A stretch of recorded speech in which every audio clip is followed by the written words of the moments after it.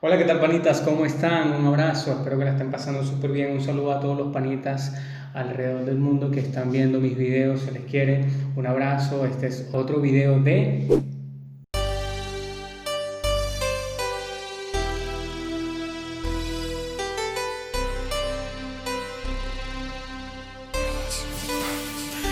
Corazón ardiente, pecho caliente, mente dispersa, todo estridente. Si tú supieras lo que se siente. Bueno, había pasado un día bastante difícil. El día anterior había estado el clima muy frío, había hecho mucha neblina. Yo estuve durmiendo, no sé a qué temperatura, aproximadamente a 4 grados.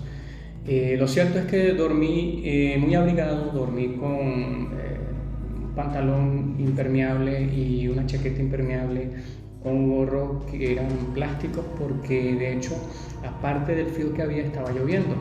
Al día siguiente, cuando me tocó el recorrido por lo que es el páramo ecuatoriano, y bueno, hice un recorrido bastante largo, es muy difícil subir las montañas con neblina, además con una bicicleta tan cargada como la que yo llevaba, y estuve pedaleando hasta que más no pude. No había desayunado, tenía muy poca fuerza, tenía mucho frío. El día anterior me había mojado los pies, tenía las manos mojadas. De hecho, en el camino, mientras yo iba subiendo la montaña, estaba haciendo neblina y comenzó a llover. Yo dije, wow, tengo que buscar refugio de manera inmediata porque aquí la situación se va a complicar. Ya tenía bastante frío y había comenzado a perder la sensibilidad en la punta de los dedos del pie y en las manos también. Comencé a buscar un lugar, a ver dónde, dónde podía quedarme. Seguía pedaleando y subiendo, y cuando me doy cuenta de unas casitas, había un grupo, creo que eran 6 casitas en un lugar. Intenté llamar a alguien y no salió nadie en ninguna de las casas, no vi ningún tipo de movimiento, ni siquiera de un animal, de una oveja, de un perro, nada. Y bueno, dije, no, este no es el lugar para quedarme, aparentemente no hay nadie o las personas que están no quieren salir, y seguí avanzando. Pudiera decir de cierta forma que fue un error porque comencé a congelarme, iba subiendo cada vez con más dificultad. Había una lluvia permanente que no cesaba y yo ya me había mojado los zapatos. De hecho, cada vez que hacía presión, cada vez que pisaba, sentía como el agua estaba corriendo dentro de mis zapatos. No tenía guantes en el momento, no tenía suficiente protección para el frío, y comencé a congelarme. Cuando ya estaba en el punto en el que no veía una salida, veo a lo lejos en el cerro, en la parte alta de la montaña, una casita, una chocita humilde, o una casita humilde, mejor dicho. Y yo digo, bueno, tal vez esa es mi esperanza, así que voy a intentar llegar hasta allá y pedir ayuda. Sigo pedaleando, la situación se seguía complicando porque cada vez sentía más frío y ya no sentía mis pies, ya no sentía eh, las piernas a la altura de la rodilla. Mis rodillas me dolían ya al momento que las movía. No sentía las manos, estaba perdiendo sensibilidad en los brazos, no sentía la cara tampoco, y el frío ya llegaba al punto en el que me hacía temblar involuntariamente. Llego a esta casita con mucha dificultad porque cada vez que me iba acercando yo decía, me falta poco, pero sin embargo esos 200 metros, 100 metros, 50 metros que me faltaban siempre eran como eternos, hasta que por fin llegué al lugar. Y recuerdo que desde la calle hasta la casa había como un montículo de arena que haría una diferencia de altura tal vez de unos 15 metros aproximadamente.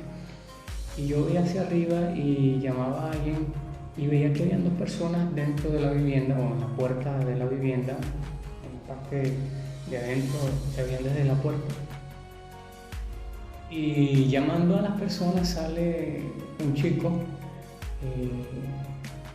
con un cuchillo en la mano, un machete, no sé si en todas partes conocerán lo que es un machete, un cuchillo bastante grande que se utiliza por lo general para cortar el pasto en el campo.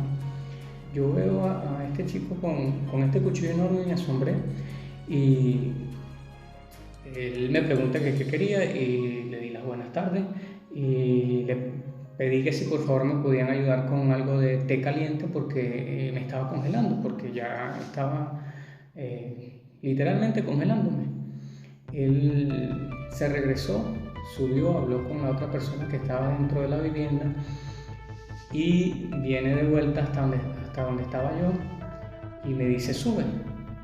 Al momento que él me dice sube, yo lo estoy viendo a los ojos y veo el cuchillo y lo vuelvo a ver a él y me quedo parado en el sitio y no subí obviamente, y él vio eso y soltó el cuchillo, dejó caer el cuchillo en el suelo y me dice sube. En ese momento yo decidí subir a riesgo de lo que pudiera pasar, y en la casa estaba una señora que me recibe, era su mamá, una familia indígena ecuatoriana que no hablaba español, y le explica a su mamá que tenía hipotermia, que me estaba congelando y que estaba pidiendo té caliente. La mamá le habla en su idioma, en quichua, y él me hacía las traducciones, me dice que ya me iban a ayudar, que enseguida me hacían fogata y me dijeron que me iban a buscar té caliente también. Y bueno, cuando hacen la fogata estaban todos así como asombrados viéndome. Él me dice que su mamá pensaba que yo era norteamericano y le comenté, no, yo soy sudamericano y bueno, estoy haciendo un largo viaje hacia Argentina, le expliqué toda la historia. Y mientras estaba la fogata encendida y ellos ahí escuchando todo lo que yo decía, la señora estaba haciendo esculturas en madera, máscaras en madera, y mientras ella hacía sus máscaras, los chicos, habían dos niños más, hermanos de este chico que hablaba conmigo, y yo estaba justo al lado de la fogata, ponía mis pies muy cerca, pero muy cerca de la fogata, mis manos sobre el fuego, y ella le dice algo a él de una manera alarmante y que a mí me llamó mucho la atención, porque yo había pasado, yo no me había percatado de que me estaba literalmente quemando en el fuego porque no sentía la candela, tenía tanto frío que yo no sentía el fuego.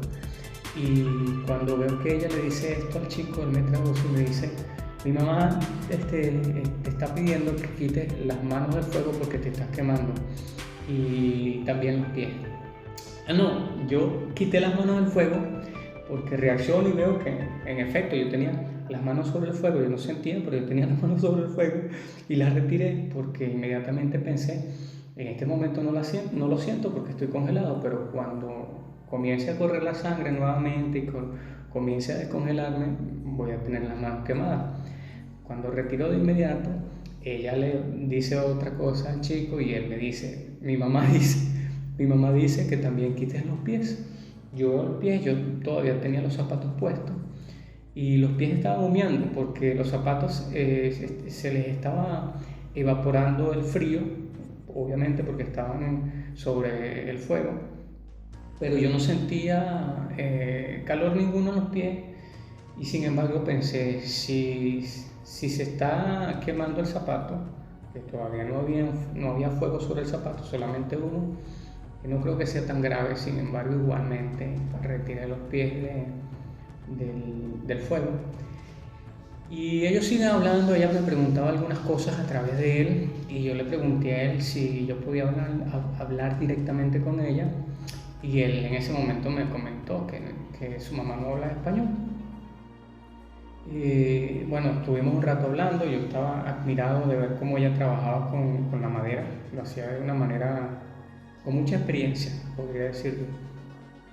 Cortaba todo muy rápido y le salía muy bien, y tenía una cantidad grande de máscaras en el piso donde estaba ella. Había mucha madera, ella estaba con un hacha en la mano cortando, un hacha y un cuchillo, y estaba cortando y cortando mientras hablaba con su hijo para que me hiciera la traducción.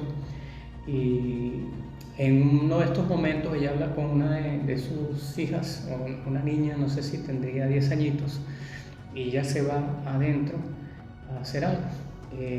Había cosas que yo escuchaba que ella decía que no entendía y que no preguntaba.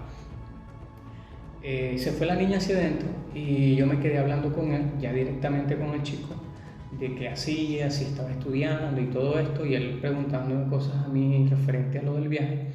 Y de pronto la señora se fue hacia dentro de la casa y mientras yo hablaba con él consulté, ¿será que si le digo a tu mamá que puedo abrir una carpa aquí enfrente, me deja ir?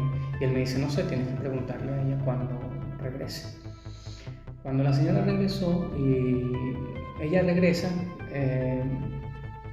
y sigue haciendo sus cosas, muy atenta de lo que yo hablaba con el chico. Me imagino que si en realidad no hablaba el español no sabía nada, pero tal vez por el tono de la voz o la manera en la que se acentuaban las palabras, imaginaba que estábamos conversando de curiosidades.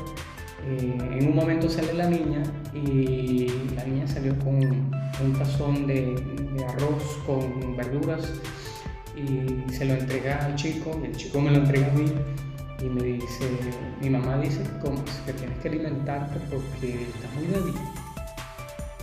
Yo veo que el tazón de arroz y ya sabía que era demasiado, ya yo sabía que no me iba a poder comer todo.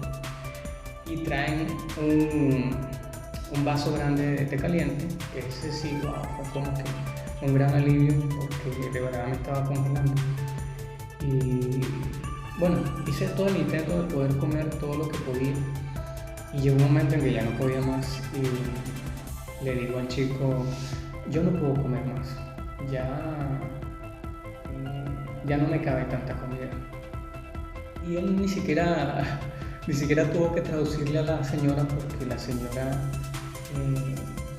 viendo la situación, le dice a él, dile que se tiene que comer todo.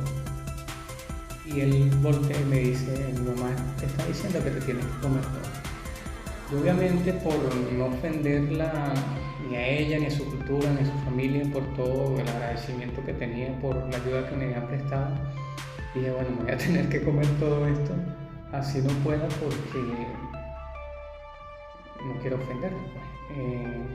Estuve comiendo ya así como cuando uno mastica sin ganas, que está hablando con el chico de algunas cosas e intentando comer todo lo que podía, hasta que por fin le regresé el tazón vacío, pero estaba muy muy lleno.